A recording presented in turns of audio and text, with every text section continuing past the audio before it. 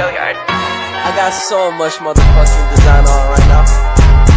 Break it down, bring it back, make it clap. I got 3 old thoughts, new block, where that thing. Bitches on my line, and you know they come straight. Hold up, what it not, 45, scope it cash like whoa.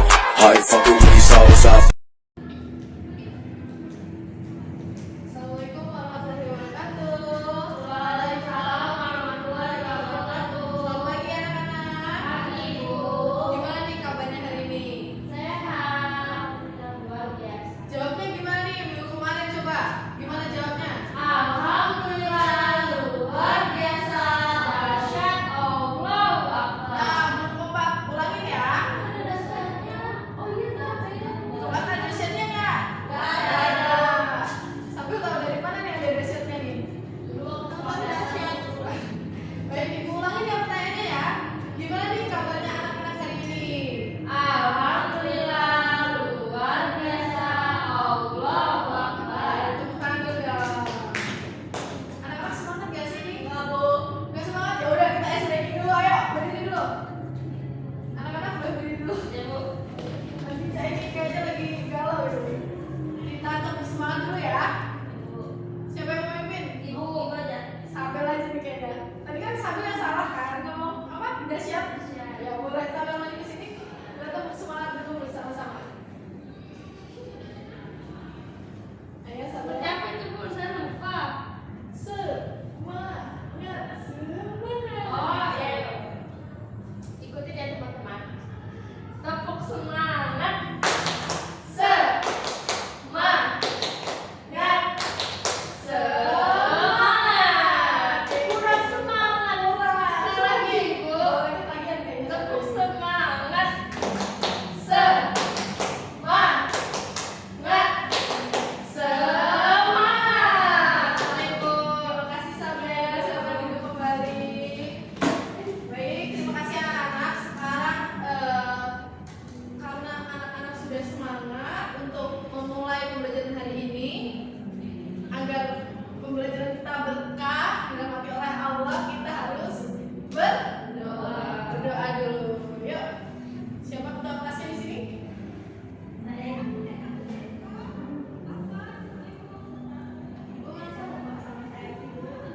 Siapa tadi ketua kelasnya? Saya. Oh, Aisyah. Baik, Aisyah, boleh dipimpin untuk doanya? Baik, untuk memulai pembelajaran hari ini, mari kita berdoa. Mulai.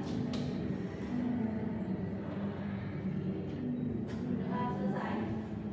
Baik, terima kasih Kak Aisyah. Tapi sepertinya ini tadi yang menyiapkan siapa ya tadi yang Ibu minta tolong? Iya, ini nanti dibaca lagi ya Kak ya. Ada Ibu lewat yang hitam. Yang ini nah. Saya Ibu. Kasih Ibu. Yang sebelah mana nih Kak Aisyah? Yang sebelah tengah nih.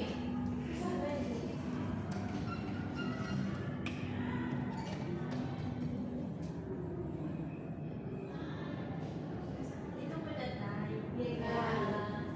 Baik, anak-anakku, karena sudah berdoa, pembelajaran kita insya Allah dirahmati. Sekarang kita, Ibu mau presensi dulu ya. Baik, yang pertama, Antica Zulita Putri. Hadir Ibu. Hadir. Kak Aisyah hadir. Lalu Anissa Bila Fitri. Hadir Bu. Hadir. Anissa bilang tidak semangat ya? Apa mau tepuk semangat lagi? Nggak ada flu. Oh, nggak flu. Tapi kuat nggak ini? Kuat. Nanti kalau misalnya nggak kuat, bilang sama Ibu ya. Nah, Boleh pulang kalau nggak kuat. boleh Ibu antarkan ke UKS nanti. Raihanul Islam Tidak hadir Ibu. tidak hadir. Kenapa nak? Sudah dikumpulkan di perlombaan. Kalau nggak tahu kenapa? Perlombaan cipta cerpen. Cipta cerpen. Baik, tidak apa-apa. Ibu izinkan kita doakan semoga teman kita ini menang ya di dalam perlombaan. Amin. Dan bisa memberikan contoh yang baik kepada anak-anak. Baik, yang tidak hadir hanya Rehan. Untuk yang selanjutnya, anak-anak masih ingat tidak? Minggu kemarin kita sudah sempat menyinggung mengenai teks cerpen. Ada yang tahu cerpen itu apa? Cerita Cerita pendek. Lalu penjelasan lebih lanjutnya?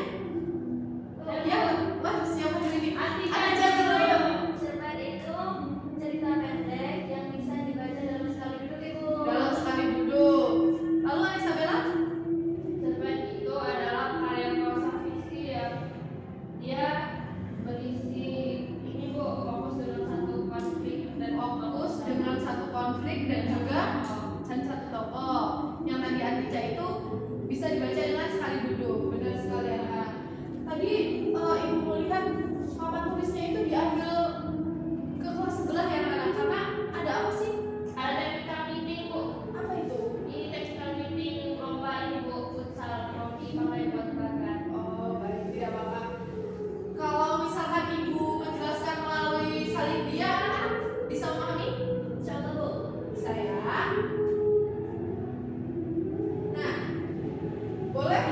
Ada yang mau bantu untuk membacakannya? Boleh Bu, Aisyah. Boleh, Aisyah silakan. Teks cerpen itu berarti menuangkan pengalaman hidup, baik pengalaman sendiri maupun orang lain ke dalam bentuk cerita yang mendidik untuk membangun seperti tema, tokoh, alur kata, dan makna. Kejadian sehari-hari yang kita lihat, dengar, atau rasakan bisa jadi sumber inspirasi tanpa batas. Nah, baik anak-anak. Jadi kejadian sehari-hari yang kita lihat, dengar, atau rasakan bisa menjadi sumber inspirasi tanpa batas. Artinya, ketika anak-anak menulis cerpen itu anak-anak itu bisa menuangkan pengalaman anak-anak di dalam kehidupan anak-anak sehari-hari ini ke dalam teks cerpen. Jadi semua orang itu bisa membuat cerpen. Atau ada yang sudah pernah membuat cerpen? Anissa Bella. Ya, sama Aisyah itu. Diperlombakan atau hanya iseng-iseng membuat saja? Bisa kalau saya bilang. Bisa Kalau kalau saya dulu waktu di SMP itu disuruh setiap anak disuruh menceritakan buku, terus dijadikan antologi cerpen. Nah, berarti nama Kaisya ini sudah ada dalam buku antologi cerpen ya? Iya Ibu. Keren sekali, kita berikan apresiasi dulu dong buat mereka. Terima kasih Bu. Nah, sama-sama. Nah, di sini ada tujuan menulis cerpen. Itu ada berapa di sini?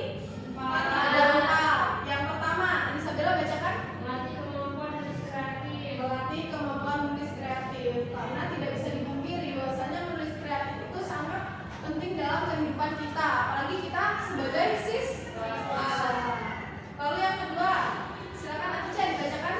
Mengungkapkan pengalaman yang pernah terjadi Bu. Mengungkapkan pengalaman dan perasaan melalui tulisan. Karena pada dasarnya tidak semua orang itu bisa mengungkapkannya langsung lewat kata-kata, tetapi biasanya nih ya, seseorang yang membuat cerpen ini misal dia habis terjatuh gitu, terus dia menceritakan itu, Ya. itu bisa jadi dimasukkan ke dalam tulisan. Lalu yang selanjutnya, Aisyah. Yang ketiga itu menanamkan nilai kehidupan seperti moral, sosial, agama, dan budaya. Nah, benar sekali. Jadi di dalam teks cerpen itu pastinya ada nilai-nilai kehidupan seperti utama moral, lalu sosial, agama, dan budaya. Nah, lalu yang keempat itu yang akan dibacakan itu menghibur dan memberi pelajaran kepada pembaca. Nah, selain cerpen ini hanya sebuah tulisan yang dapat dibaca sekali duduk tadi yang diucapkan oleh Antica, lalu Anissa Bella tadi cerpen. Iya, ini Bu, apa namanya, karya presentasi ya. Jadi fokusnya di satu Oh konflik. iya, fokusnya di satu konflik saja. Nah, oke, yang selanjutnya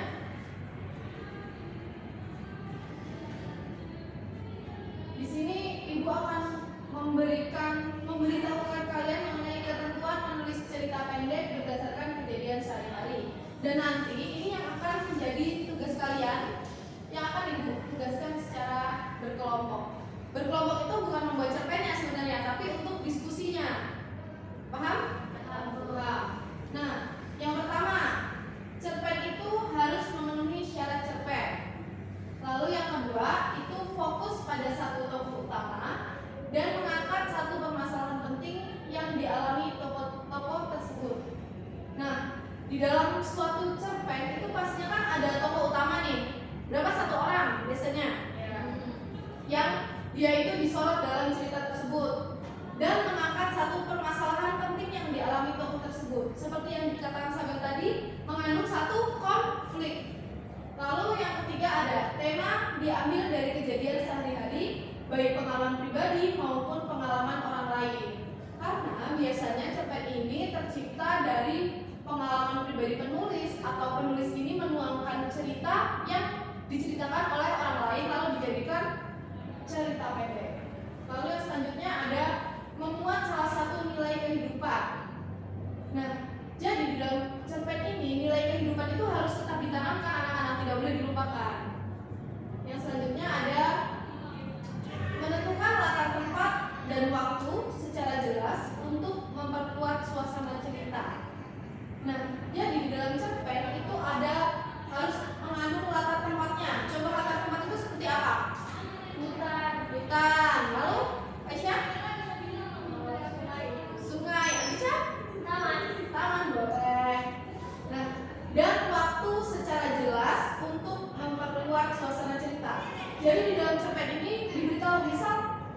apa nih ini kejadiannya gitu, biar runtut anak-anak, biar pembaca juga dapat memahami apa yang dituangkan oleh kita, dituangkan oleh penulis atau pengarang. Lalu yang keenam, gunakan gaya bahasa yang menarik agar cerita terasa hidup dan menarik. Nah, dalam membuat cerpen itu anak-anak harus tetap memilih gaya bahasa yang kiranya dapat menarik perhatian dari pembaca, karena pembaca ini cukup penting gitu perannya di dalam penulisan teks cerpen. Lalu yang ketujuh, menggunakan gaya bahasa. Yang kedelapan, perhatikan ejaan dan tanda baca yang baik dan benar. Nah, karena ini mata pelajaran bahasa Indonesia, jadi anak-anak sudah harus bisa untuk memperhatikan ejaan dan tanda baca yang baik dan benar, begitu seperti tanda titik, tanda koma itu harus diletakkan di tempat yang seharusnya. Nah, yang kesembilan ada membuat kerangka karangan terlebih dahulu sebelum menulis cerpen secara lengkap. Ada yang tahu kerangka karangan itu seperti apa? Bisa bilang mungkin? Oh, bagaimana Kaisya? Seperti gambaran kasar seperti itu ya? Gambaran strukturnya Bu. Ya, benar sekali. Jadi kerangka karangan itu seperti bahan kasar sebelum anak-anak membuat cerpen ini yang dituangkan secara utuh ke dalam suatu cerita. Lalu yang ke-10, ini berhubungan dengan tugas kalian ya nantinya. Cerpen akan dipajang di kelas dan siswa lain akan menulis resensi terhadap cerpen yang telah dibuat. Nah, nanti cerpen kalian itu yang kalian buat yang dengan menarik itu akan dipajang di dalam kelas dan nantinya itu akan dibaca oleh teman-teman kalian juga. Jadi usahakan untuk cerpen ini anak-anak dapat membuatnya dengan baik dan benar ya. Nah, untuk simpulan pada pembelajaran kita hari ini, ada yang bisa membacakan Bapak Ibu? Ibu, simpulan hari ini menulis cerpen dari kejadian sehari-hari membantu kita untuk satu, mengenal diri dan lingkungan, yang kedua, menumbuhkan empati pada sesama, dan yang ketiga, mengasah kreativitas dan keterampilan berbahasa Ibu. Benar sekali, terima kasih Andica, sangat semangat untuk membacakannya. Nah, tadi sudah dibacakan simpulan, sekarang Ibu akan membahas mengenai tugas yang akan kalian kerjakan. Jadi tugas ini bentuknya diskusi secara kelompok, tetapi tugas cerpennya itu masing-masing. Karena kan tidak mungkin dari cerita Anissa Bella dengan cerita Kaisya atau dengan cerita Andica itu sama kan? Jadi tetap membuat cerpen secara masing-masing, tetapi didiskusikan secara berkelompok. Adakah yang ingin ditanyakan anak-anak? Cukup ya Bu. Cukup? Baik, kalau cukup. Baik, karena Ibu sudah ditunggu, kira-kira anak-anak ada yang bisa memberikan refleksi tidak pada pembelajaran kali ini? Aisyah Yang bersedia? sabar Bu. Ayo, kita harus aktif di kelas anak-anak. Ayo Bu. Anissa Bella boleh.